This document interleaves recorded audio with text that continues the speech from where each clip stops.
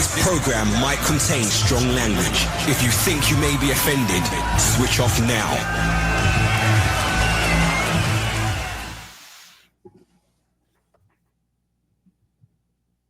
Hello, everybody, and welcome back to InsideMojo, where each week we bring you one of the most pivotal moments in WatchMojo's 20-year history on YouTube. I'm your host, Rob, and with me, as always, is WatchMojo's CEO and co-founder, Ashkan Karbasvushan. How's it going today, Ash? Excellent. Honestly, no complaints. It's a bit of a snow day, so we had like 10 centimeters of snow, and they canceled everything. It's nice to see we are producing a generation of resilient future leaders. How are you? Well, that's one way to look at it for sure.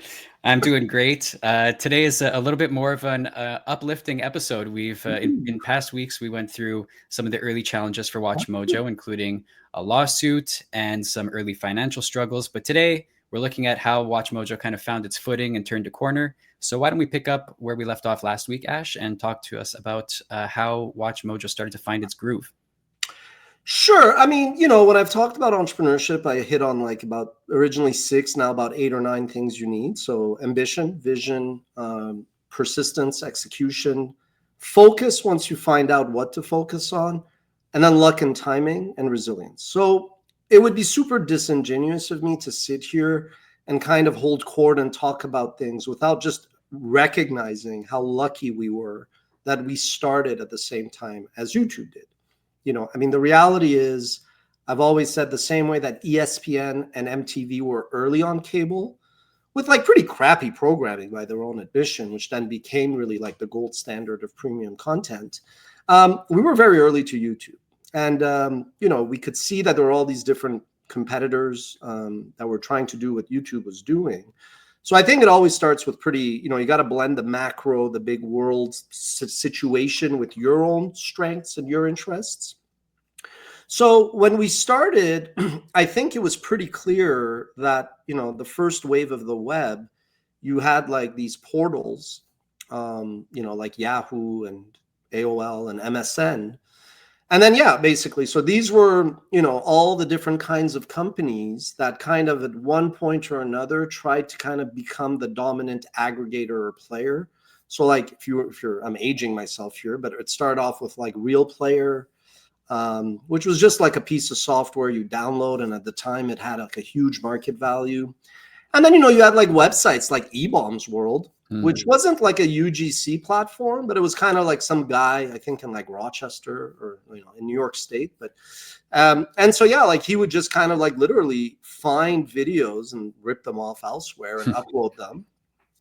And then you had the portals, Yahoo, MSN, AOL, which is where I kind of like owned my craft. I used to write articles for AskMen, and these publishers, these portals would take like half the article and then link back to us.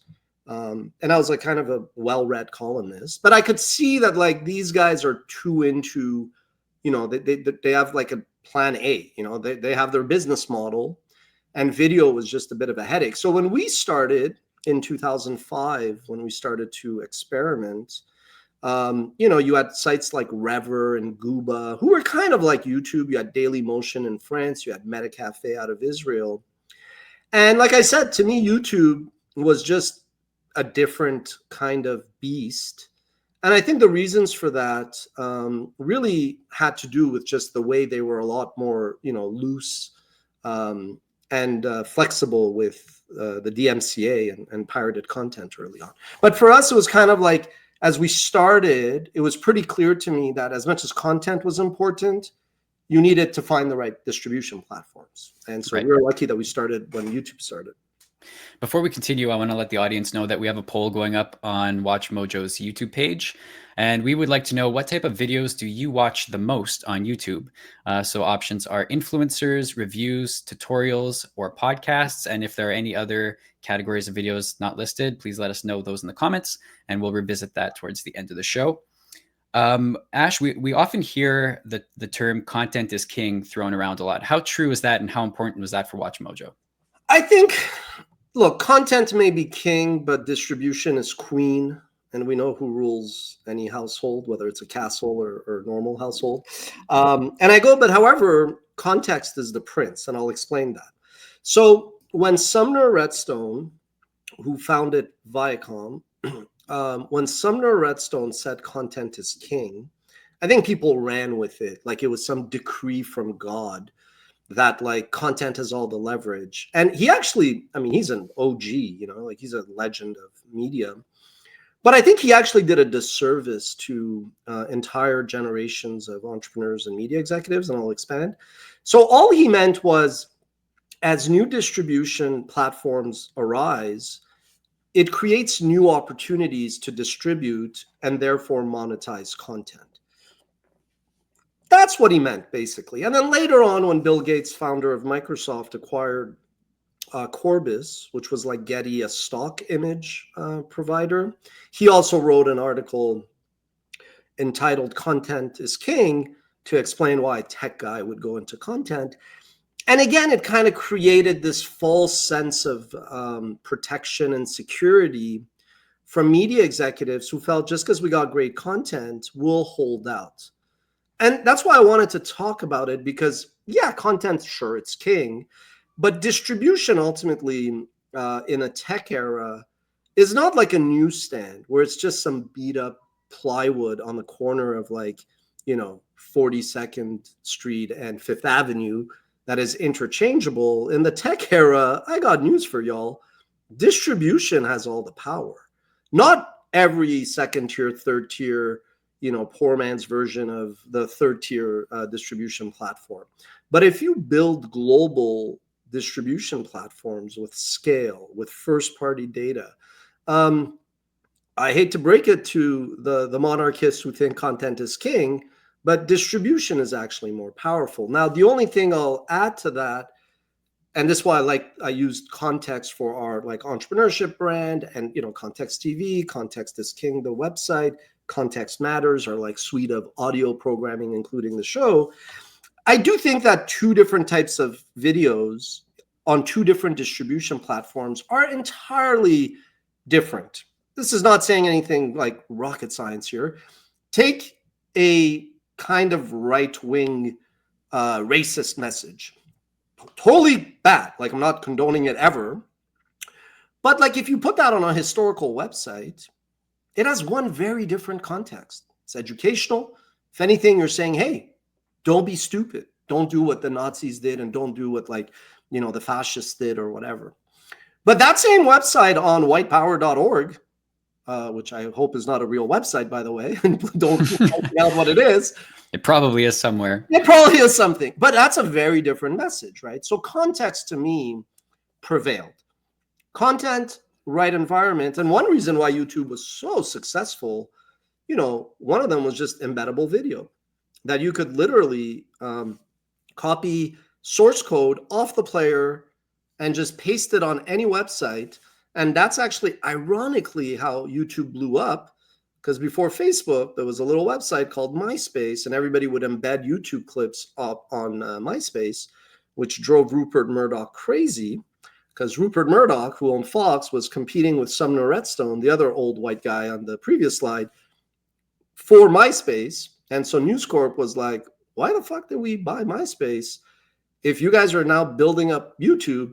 And he understood it, that they were basically creating the monster that became YouTube. And along with Facebook, both YouTube and Facebook are what killed MySpace. Right. We saw a slide about the waves of tech video aggregators, but we also have one of web video content producers. So where does WatchMojo fall in to those categories? So from 1994 to 99, there was I think Steven Spielberg was an investor in pop.com. They were really pop.com or pseudo.com. There was a number of really early players who had the vision and foresight, who wanted to kind of create programming for the web, but what was the drawback? There was no broadband usage. Consumers didn't even know you could watch video. You had the big fat dancing baby. You had things that would come and go. So those guys were kind of dead. They were dead on arrival. And then the dot-com bubble burst. So whatever venture capital might have been there, these guys all washed away. And it's hey, if you're really early to a market, you might as well just kill yourself. I mean, it's just chances are you're ahead. You're not going to build a business.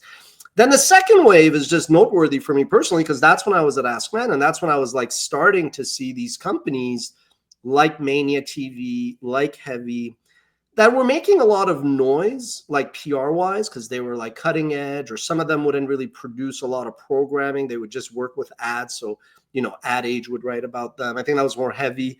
Mania TV was trying to build like an MTV. And I would talk to them occasionally and be like, hey, you know, do you want to promote your website? Do you want to, you know, partner somehow? And really the key takeaways here, you can't, like, a lesson of, I'm a history guy, a lesson from World War II is Hitler could have ended up, you know, going much further, but his downfall invariably would have been one thing or another. But his downfall was opening up the Eastern Front and expanding into the USSR, and then getting to Stalingrad and then being pushed back. You can't fight too many fronts. So these guys were basically trying to build the content. They were trying to build the distribution. They were trying to generate sales and make sure that the infrastructure, hosting, bandwidth, and all that was stable. You're effed. I mean, forget dead on arrival. You have no hope. Because even if you nail on one of them, it's impossible to nail all four, right? Mm-hmm. But so when I was watching these guys, I didn't even know I was going to become an entrepreneur. I was just like some young kid partying way too much and showing up to work somewhat hungover, and then just doing sales and partnerships and writing articles. But I was like, okay, you know, like if I'm going to do something, it'll probably be in content, and I could see video as the future. And I was like, yeah, but this does not seem like a good strategy. I was so like, as I was becoming more of an intrapreneur and starting to have entrepreneurial kind of like impulses and desires and dreams, I was like, we're so late. We're so late. The window is closing. So when I started, I tell people, look, it is what it is. I literally resigned, and I did a couple of interviews. I went to New York. I went to Miami. But I'd already built a team. You know, I'd started to hire. We got an office. So I was already committed. And I just dove into it right away. And in hindsight, it would have been good to take a month or 3 months or 6 months. But again, I was just very impatient. So we tried, as part of the third wave, there was Revision 3, which produced Dig Nation. There was Next New Networks that was trying to build like, you know, 30, maybe even more. I think it was like 64 networks, you know, like a fashion, travel. And I was like, okay, good luck. That seems like, I thought I was ambitious trying to build 12 verticals. But so we were all trying effectively to build content, put it on our website, as we also worried about the tech and all that. And it was impossible, because users who would stumble on a website with video were not in a state of mind to watch a video. Maybe they wanted an article. Maybe they wanted an image. I mean, heck, at that point, if you were watching online videos on the internet, you were probably looking for porn, to be honest with you, because porn is always ahead of mainstream marketing tactics. But so we had to make a choice. And my choice, because I didn't have a board that would have probably pushed back on this, I said, you know, I may not like male pattern baldness, but it's a thing. I may not like gravity, but I can't fight it. The world spins this way. So I was like, the world is going to YouTube. Mm-hmm. Sure, maybe also Daily Motion and MetaCafe a bit. But then once you scratch the surface, you're like, YouTube is going to dominate. So we made the decision to really embrace YouTube. And then obviously we still had to figure out the programming, which was admittedly a bit all over the place. And you guys had a lot of early competitors that had a lot of money and spent a lot of money, but many of them burnt out early. So what made WatchMojo different? So, I mean, look, if setting false modesty aside, I think like when I mentioned Next New Networks and Revision 3, it's like Revision 3 was started off with like Dig Nation, a couple of, podcasters who launched dig.com.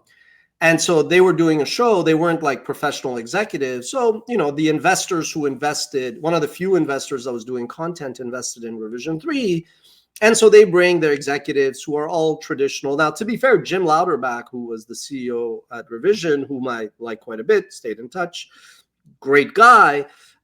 Same thing with Next New Networks. You know, they raised $27 million in funding, and they brought in, you know, a bunch of Viacom execs. And I understood it. You know, like I remember pitching to Ross Levinson and John Miller, who were like big executives initially at like Fox and, you know, News Corp and many other places. And these guys, and AOL and many other places, and these guys like also launched a fund, and we would talk to them, and they were like, well, we like what you're doing, but I was kind of an unknown entity. And our approach was very different, right? We could talk about that a bit. But so all these companies ended up raising anywhere from like $1 million to 45. And since then, there's some that have invested raised even more. And even that million, this is like from a deck, a slide from an investor presentation. It wasn't even $1 million. I basically, as we've said this a few times, I invested $250,000. Then once I ran out of that, I got another 500. But we didn't build like a big C-suite of like a chief executive officer, a chief marketing officer, counsel, chief revenue officer, and all that. Like I was doing all those roles.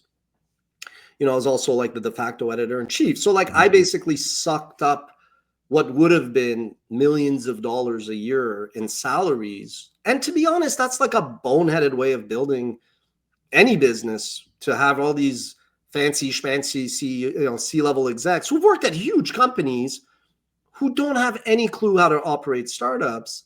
But because you are an institutional investor and you have a fiduciary duty, you go hire these guys thinking, like they know what the hell they're doing, when they didn't. And also they didn't want to focus on YouTube. I can't stress that enough. Revision 3, I give Jim a lot of credit, but I have many memories of running into him at conferences, and he was like, nah, we don't like YouTube. It's like, why would we do this or that? And that was basically really it. Like we basically really, really looked at YouTube and said, we're going to program and come up with content for YouTube and the YouTube community, whereas everybody else was in la la land and denial. Right. Let's talk about that approach to making content for YouTube.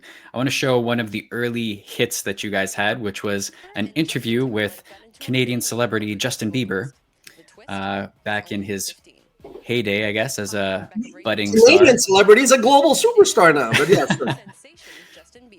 Yeah. So when did you start? So this was big for you guys. I was always singing around the house. It was a kind of thing that I just loved to do. I always played a lot of different instruments and stuff, so I grew up around music my whole life.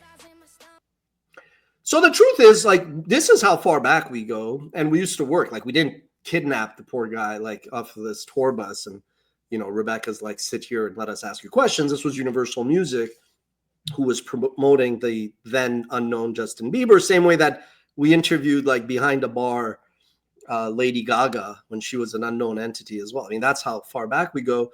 So yeah, I mean, I think when we did these interviews, these were more a testament to like Bieber blowing up. I do want to stress that. Like, it wasn't like, and I've interviewed 300 people, celebrities, newsmakers, and interviews are boring because you can't actually sit down with a celeb and be like, hey, you beat up your wife. Let's talk about that. Or like, hey, remember that time you drank 3 bottles of vodka and like hit a cop? Or like Mel Gibson, we're going to talk about that day when you said a bunch of crazy stuff. Like the publicist would jump in. So I always was like, look, this is not a replicable thing. This did millions because Justin Bieber was blowing up. But if you sit down with Cardi B even, or Gore, or Ja Rule, or Kendrick, it doesn't matter.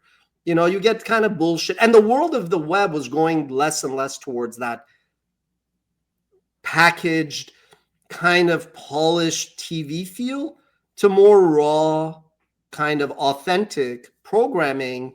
And I was like, yeah, I've done this. I've done the interviews. And I didn't want any of the limelight. I purposely wanted to build a media company, so I would send Rebecca and a few others to do the interviews. But it was just like, I was like, this isn't going to work. And this was like an early struggle when you manage a team. And my style, I was very open to hearing people. But I was like, we're all going to be living in a refrigerator box in a back alley if we think this hit is like a franchise. It's a one-off, But it was technically one of our first hits. Yeah, it seems like the more type of thing that you would have seen on like Entertainment Tonight television, like more like television programming than YouTube programming as we know it now, because things have moved into more conversational, kind of like podcasts, where you can get into the weeds with people and have longer form conversations. That's not the only early hit that you guys had. You also had success with Origins of Superheroes, which is quite different. As the next phase of human evolution, mutants within the Marvel comic book universe possess a gene that allows them to naturally develop superpowers. Hi, welcome to WatchMojo.com. I'm your host, Derek Allen. Today we'll be exploring the history of one such mutant, Wolverine. To avoid confusion, it should be noted that we are following the We take this seriously. I mean, so it's funny. This store was a store underneath my condo at the time, which I ended up mortgaging. And it's funny. They went there. We would always look for random backdrops.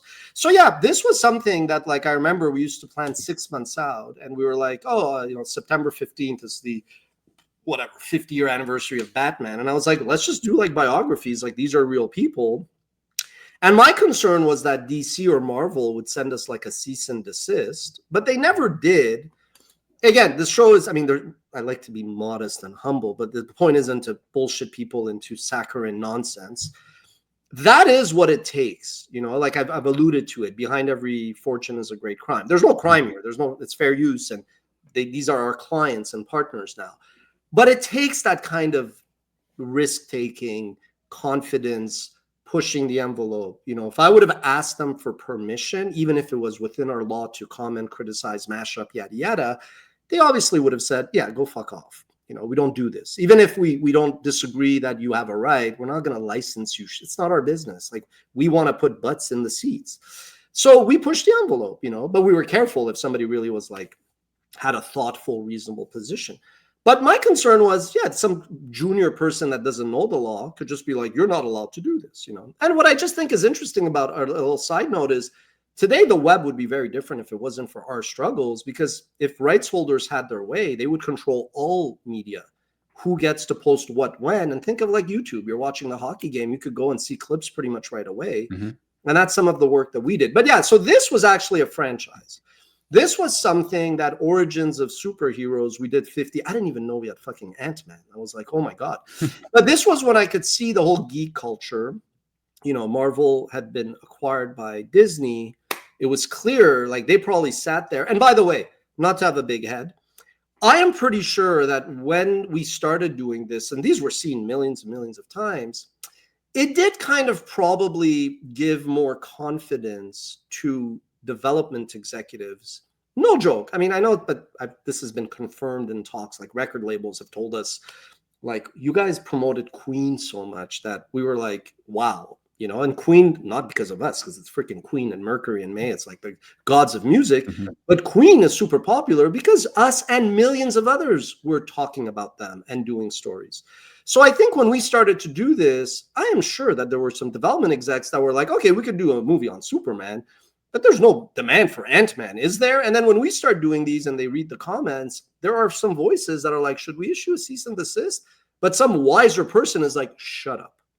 We're not going to send a cease and desist. You're almost like conducting a survey from like the land of the internet. Like, are you interested in this or not? And then the big companies can use that information to make their decisions. And the proof is today, these companies are our clients. They advertise with us when they have new shows. So you've often spoken about fishing where the fish are. Tell me about that and the approach to content with that view. Well, yeah, I mean, so the fishing where the fish are, when I speak to that, it's about the YouTube at the time opportunity. And what I'm getting at is, again, it would be weird if I were to tell like an aspiring storyteller entrepreneur, yeah, go do something on YouTube. You should be aware of YouTube. YouTube's a great platform. But I'm like, whether it's Snap, whether it's TikTok, whether it's Crapster, whether it's X, whatever, you do need to go where there are people who are engaged and care about your ultimate product. And this is a flagrant mistake all of our competitors and the incumbents did. They had this very misguided sense that like their content was so special that like they could hold on to it and people would go to their sites. I was having a discussion with, I mean, I've alluded to this already, with Bell Media in Canada, like 10 years ago. And they were like, well, our team at TSN, which is like Canada's version of ESPN, or if Trump had his way, ESPN's division, I guess. They had this thinking that if we put our content from TSN on Facebook, we will validate Facebook. And I was like, do you really think Facebook cares about you? You know what I mean? Like it's Facebook. And I'm like, and that's ultimately, I think, the fundamental mistake others did, whereas we took the right approach, which was the world is on YouTube now, right? So understanding how Google won, it wasn't one thing. They had a good product. They had the right backers. All the initial search like Alta Vista, Excite, Lycos had moved to becoming portals. They stayed independent versus selling too much, and they inspired themselves from GoTo's model.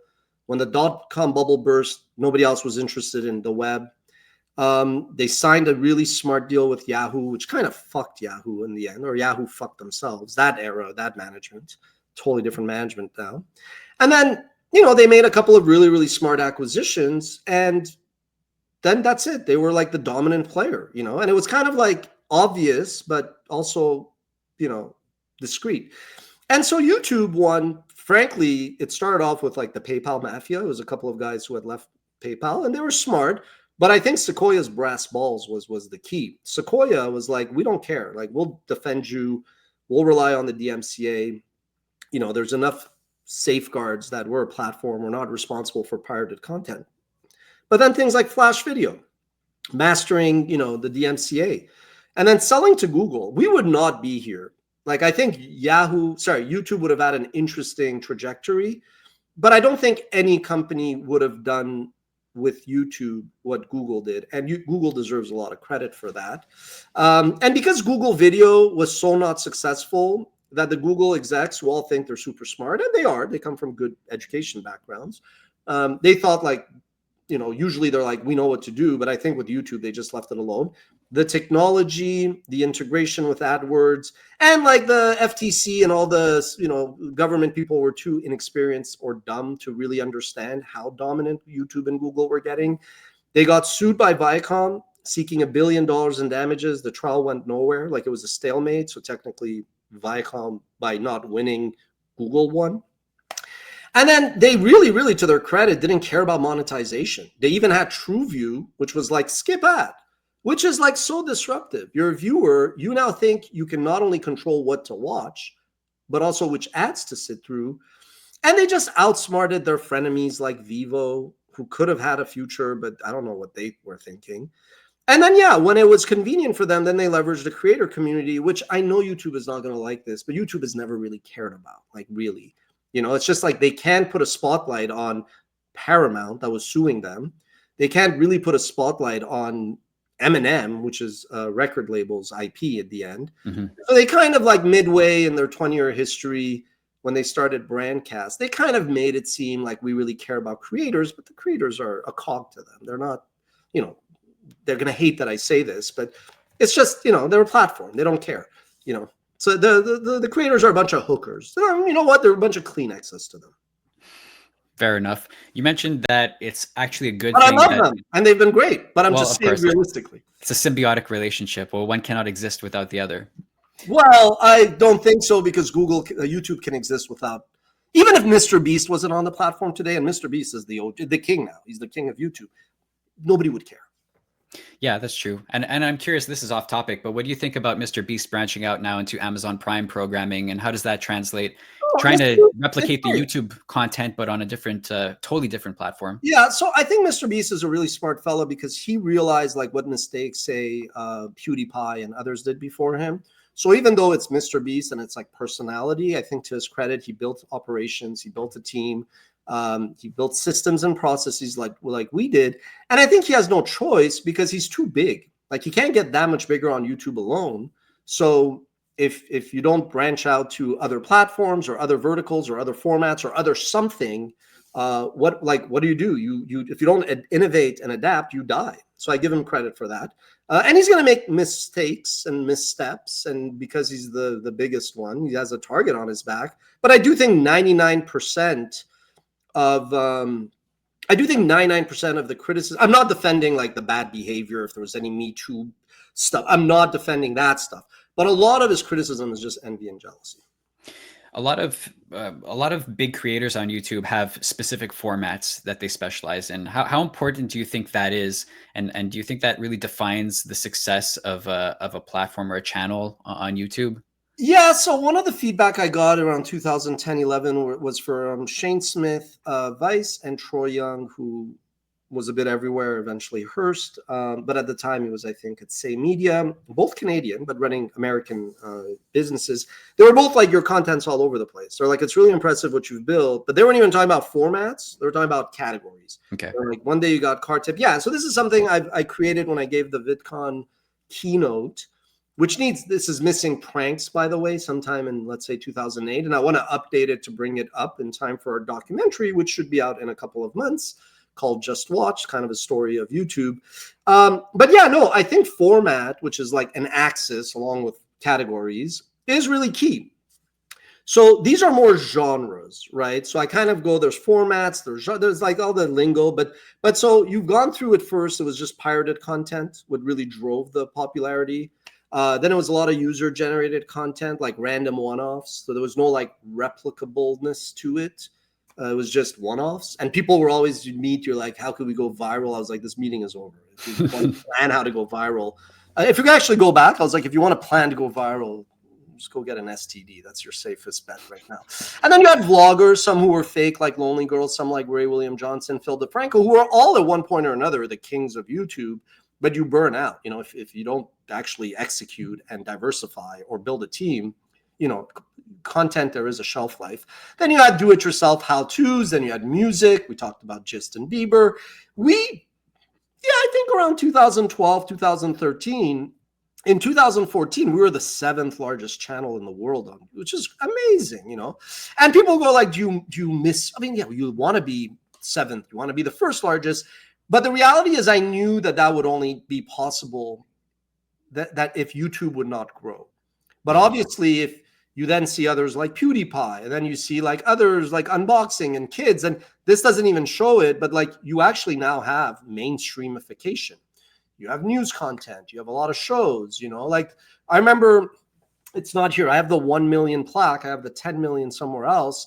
I remember Marvel didn't have a channel. That's why we could produce content and it was like entertaining. Marvel reached 20 million subscribers within a couple of years after launching their show. And a lot of, you know, I think more self-centered, nearsighted entrepreneurs would be like, that sucks. I was like, this is amazing. It's validation, and you know, it's Disney, it's their IP. Like I was genuinely happy for them, but it was like a rising tide lifts all boats. It, you know, to me, it made a ton of sense. But yeah, so I do think that YouTube was really about niche if you're Canadian, or niche if you're American. Susan Wojcicki, the great late CEO of YouTube, she kind of coined or popularized that whole super serve your audience. And I do think that YouTube was all about that. And this is something we got wrong, or we didn't optimize early on. Our content was actually quite heterogeneous. And even when we narrowed it to the format of top 10s, Hat Tip Moses and the 10 Commandments, it was like still a bit all over the place. You know, you had like a gaming, a top 10 travel, all of a sudden top 10 sandwiches, top 10 dictators. You're like, I saw like a grilled cheese in the previous video. Now I'm seeing Hitler and the Holocaust. Like, what is the connection here, right? To me, it made sense and it worked, but that's not the playbook. The playbook is like, I run a channel doing recipes that are vegan for breakfast.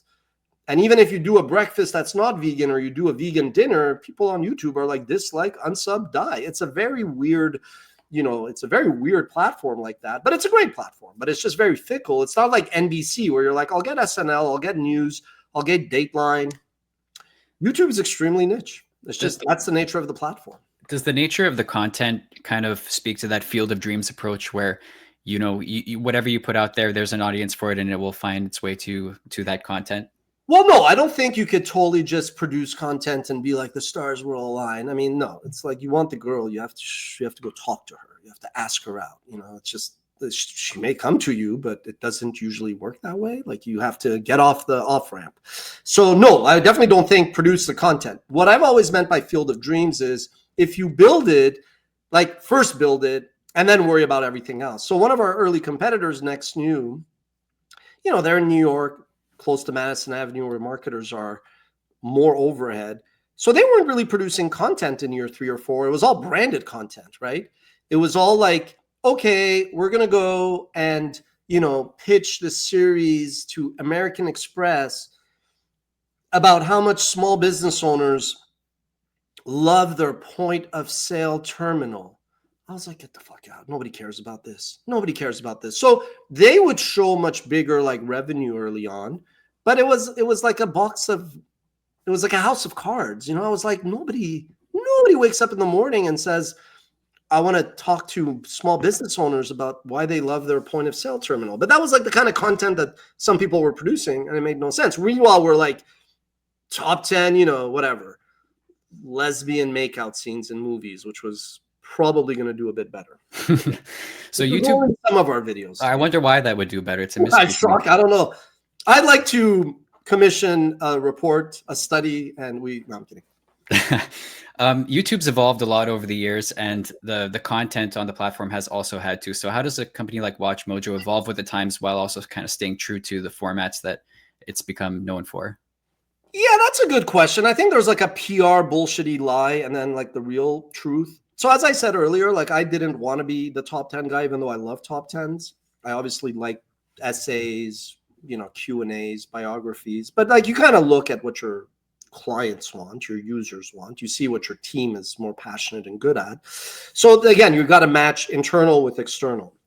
We've tried to diversify. So this actually, just to explain, is if you think about it, all the successful things that happened on YouTube, there was actually a previous version of it to some extent. It's just the previous guys, the incumbents, were too lazy, too slow, too rich, too fat, too stupid, too whatever to just innovate or die. Juke and Media with their fail army and all that is basically America's Funniest Home Videos. WatchMojo obviously was not just Letterman, which was funny, just sound bites, or Wayne's World or Moses, but it was top 10 lists. We didn't end that. Pranks, Vitaly pranks, whatever, all this crazy stuff that was like hardcore pranks that I was like, Jesus Christ, how are these guys not getting arrested? Was so intense compared to like Candid Camera and JFL's gags.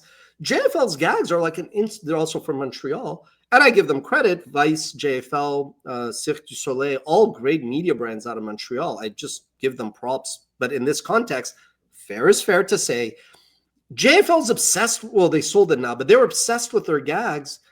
And I was trying to tell them for years, I'm like, if you compare that to the fare on WatchMojo, where there's like a bloody half corpse coming out of a trunk of a car scaring some poor gal, do you think anybody gives a fuck about your stupid gags, which are cute? Like, how does that stand out?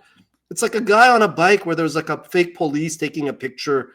Okay, great. That's good when I'm like on an 8-hour flight on my third, Johnny Walker Black Label. Like, but online, how does that even?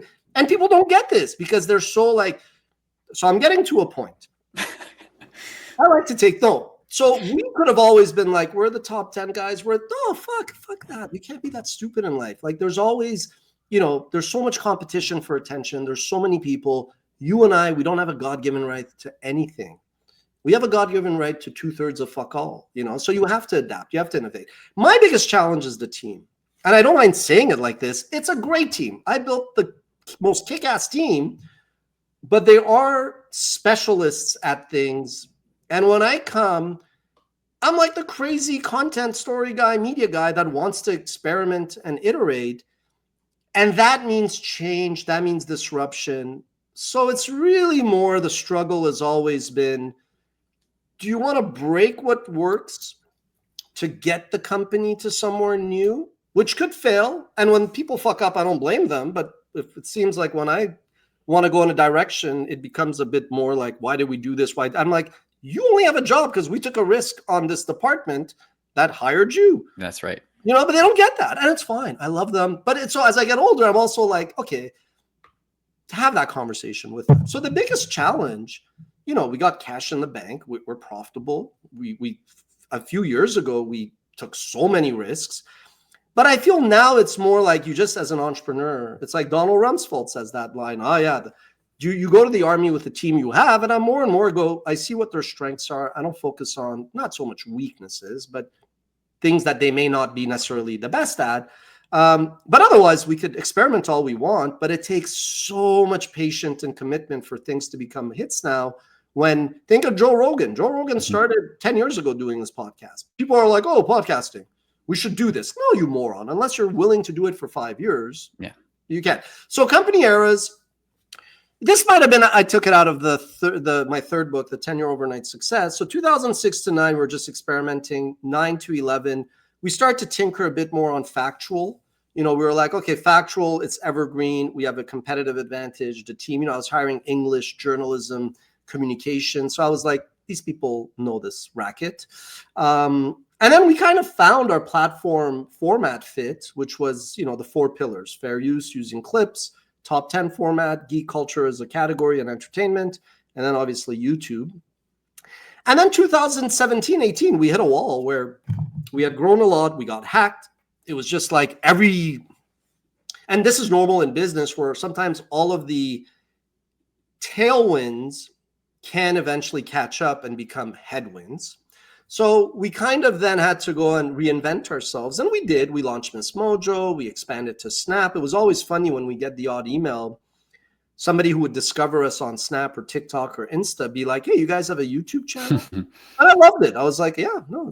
So we experimented a lot. And then once we found it, we could have just done that, but we definitely have done a lot of other things. But in media, it's like that. Wall Street Journal is, at the end of the day, a print, website, but it's an article-based news source. Yeah.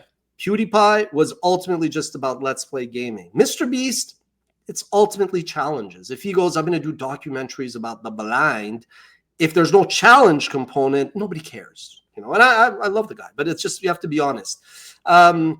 Everything, ESPN, cable, sports, that's it. Nobody cares. And when they got all woke, and by the way, I don't mind the principles of the DEI woke movement, but it became a caricature.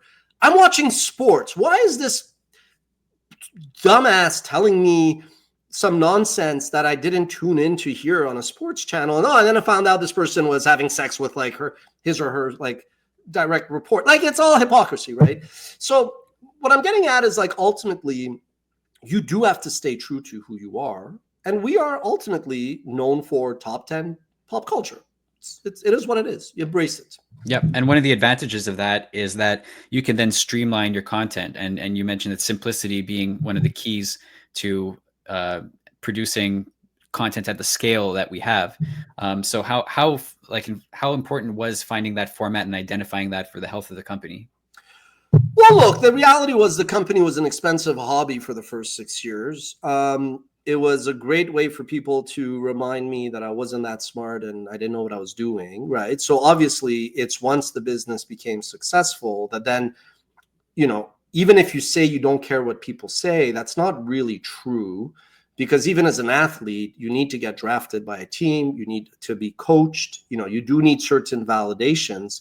So I had no choice. We were in it for 6-7 years, but it's once we found that, and then we became profitable after breaking even, and then you could really reinvest and hire more people and pay people more and just expand.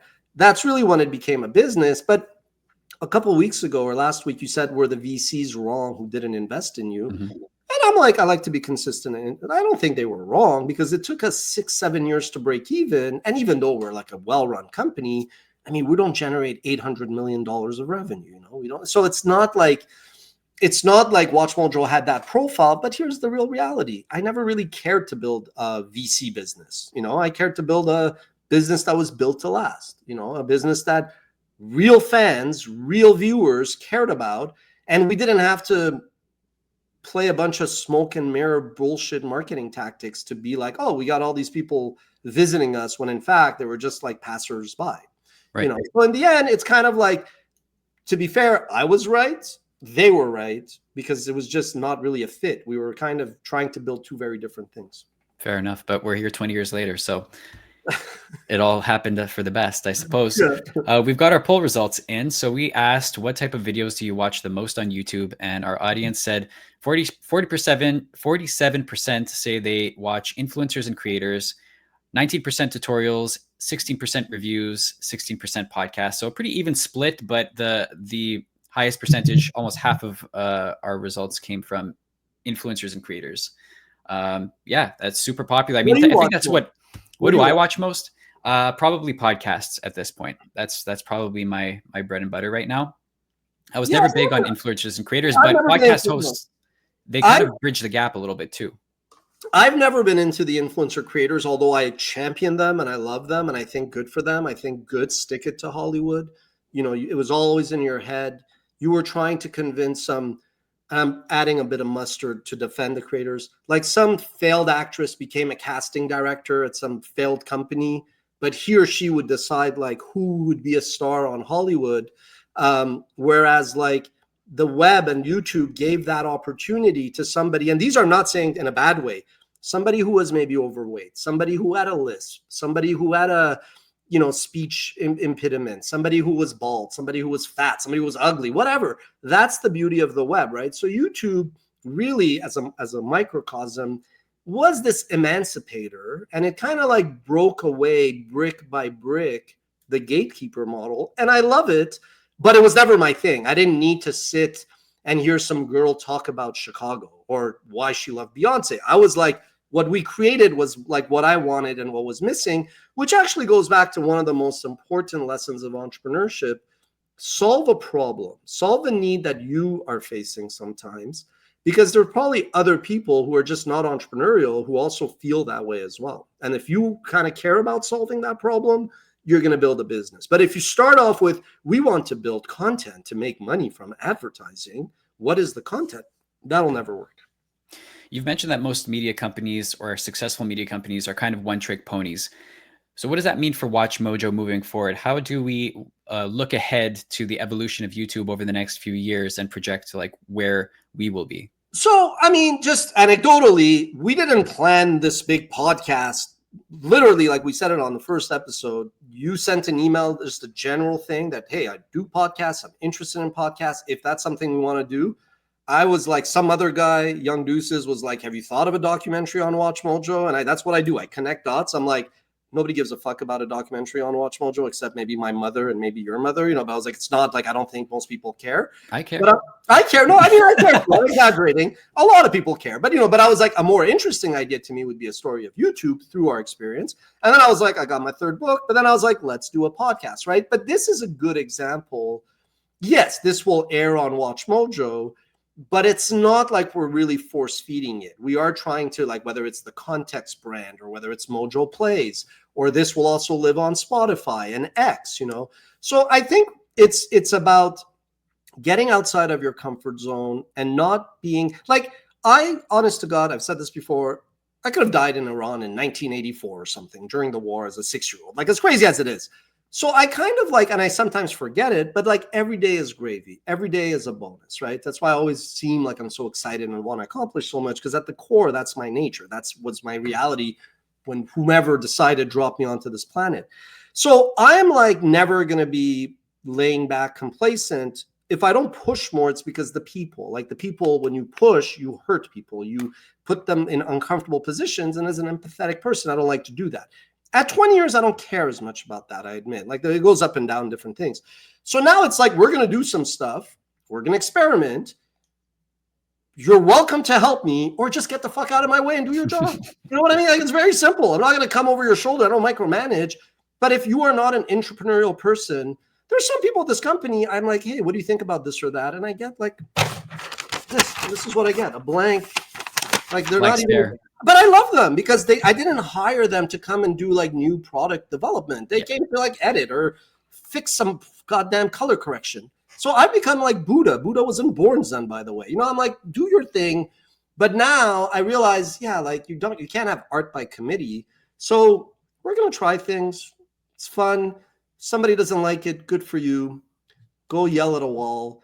And also viewers, like back in the day, viewers were like, I did not sign. Look, I love you. Thank you for your patronage. You don't have to click. Like, this is not North Korea. Saddam Hussein is not taking your finger and clicking on the mouse to watch. Just go watch something else. Like, we have 20 videos a day, like what more? It's just more free content. So, and also not taking yourself seriously. Like, that's just, you have to experiment, but you have to put yourself out there and know that some things will not work. We did the lineup, which was like a pretty clever game show. Okay, it could have been better in hindsight, but I'm happy we did it. We did the worst travel show. It wasn't really something I was like pushing to do, but I was like, okay, people have ideas. And in the end, like, our lives didn't change, but I'm glad we did them, Right. Well, you gotta experiment, otherwise you stagnate, I guess. That's innovate or die, motherfuckers. That's in business, it's that simple. Let's do a little preview for next week's episode. We will be talking about WatchMojo's 4 pillars. Yeah, I mean, we've alluded to this, so we could kind of expand and you know, make it like informative. But it's basically, yeah, I mean, at a high level, it's, you know, the geek culture. And I want to maybe put it like today, what are some things that in the next decade, like entrepreneurs and storytellers should look for, instead of just repeating, yeah, like Disney bought Marvel. And I'm like, oh, this is going to get big. But like, what's the pattern? And if you're in 2025 looking forward, what is that next inflection point? Format and top 10 lists. I mean, we don't need to dwell on that. Fair use, we could obviously talk about that, and we should. But I think also right now with AI, there's some interesting parallels that I could say, hey, fair use allowed us to push the envelope. AI, similar parallel, if anybody's interested. And I've done a video on the ContextTV channel on AI and storytelling, which people seem to like. It just breaks down the opportunities. And then, yeah, talking about YouTube. And then we could similarly just kind of look at like quick tail of the tape. Hey, it's 2025. Is YouTube still the best, you know, game in town, or is it all about Snap or TikTok or X or whatever? Awesome. Should be an interesting episode. Tune in for that next Thursday on YouTube, LinkedIn, X, and Spotify, I believe. We're everywhere. Well, thank you for your time as always, Ash. And don't forget, tomorrow's Valentine's Day. So that's right. Do something special for the person you love, or people. Or people. Excellent. Sure, yeah. Your life might be more interesting than mine.